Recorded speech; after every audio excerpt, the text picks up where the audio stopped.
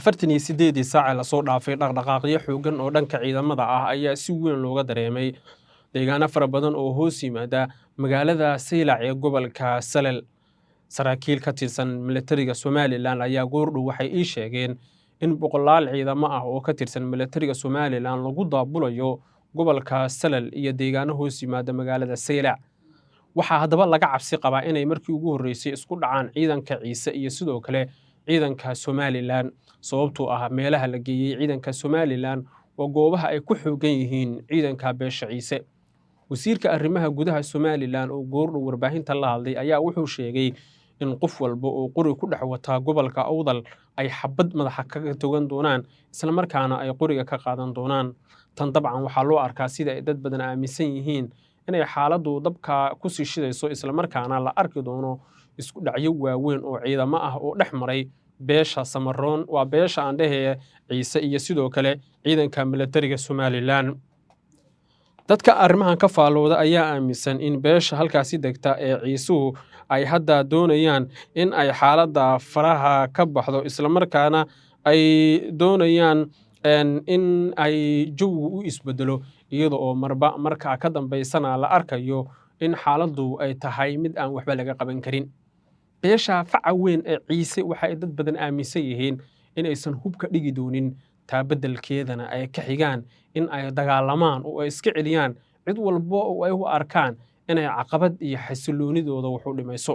Waxay dad badan aaminsan yihiin inay xaaladdan dab kale ku sii shidi doonto isla markaana uu jawiga khaldami doono haddii aan si degdega wax looga qaban waxyaabaha la isku hayo.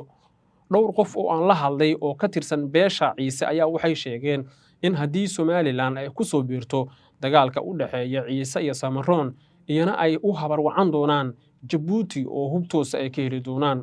Waana xaalad kale oo dab ku sii shidaysa xaaladda. Wasiirka arrimaha gudaha Somaliland dhowaan wuxuu sheegay inaysan u dulqaadan doonin daandaansi uu sheegay inuu ka imaanayo wadamo dariska ah. Dabcan wadamadaasi waa Jabuuti oo la aaminsan yahay inay hub fara badan ku qalabaysay beesha faca weyn ee Ciise halka beesha Samaroon iyana la soo warinayo in ay xilligan qaadayaan tallaabooyin dheeraad ah oo lagula dagaalamayo cid walba oo ay u arkaan inay duulaan ku yihiin dhulkooda. Dhinaca kale wararka aan xilligan ka helayno gobolka Sanaag ayaa waxay tilmaamayaan in 48 saac la soo dhaafay dhaqdhaqaaqyo xoogan oo dhanka ciidamada ah ay sameeyaan ciidanka waqooyi bari.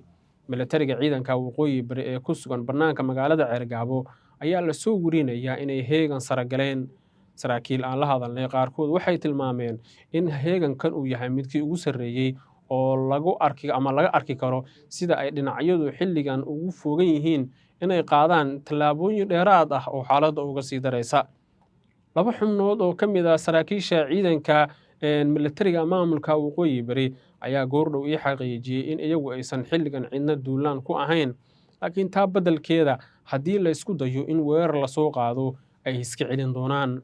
Dabcan tan waxaa loo arkaa inay tahay hanjabaadii ugu sarreysay oo loo diray Somaliland oo ku aadan haddii waqooyi bari aad weerar ku soo qaadaan waxaa laydinku dhigi doonaa wixii gobolka Sool idinkaga dhacay 2023 maalinimo Jimco ah.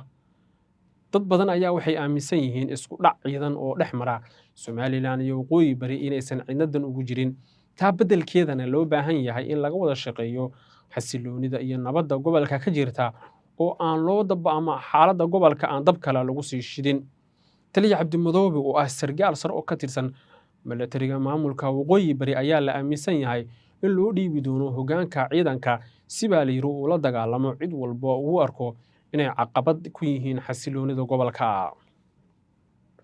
Qodobkeena ugu dambeeyana Imaaraadka Carabta ayaa laga buriyay guud ahaanba Soomaaliya. Dowladda Federaalka Soomaaliya ayaa qaaday tallaabo geesinimo leh oo muddo la sugayay taasi oo ku aadan in Imaaraadka Carabta laga buriyo guud ahaan dalka. Dadka aan la hadalnay waxay sheegeen in Imaaraadka Carabta hadda ay uga dhamaatay dalka isla markaana aysan sii joogi karin. Waxaa la sheegay 10 duulimaad in loo ogolaaday oo ah Muqdisho iyo sidoo kale Boosaaso si ay uga daabushaan saraakiishooda iyo diblomaasiyiintooda si markaasi ay uga baxaan guud ahaan dalka. Khubaradu waxay aaminsan yihiin in tan ay tahay dharbaaxadii ugu cusleed ee ku dhacday ciidanka Puntland gaar ahaan BNPF iyo Dani oo si hoose mushaaraad uga qaadan jiray ciidanka Imaaraadka Carabta ee calooshooda shaqaystayaasha ah. tanna waa guul siyaasadeed sida ay dad badan aaminsan yihiin. guud ahaana saaxiibayaal wararkeena intaas ayay ku dhan yihiin. hadday tahay markii kugu horeysay kusoo biri janaalkan waa mahadsantihiin. soo dhawaada saaxiibayaal.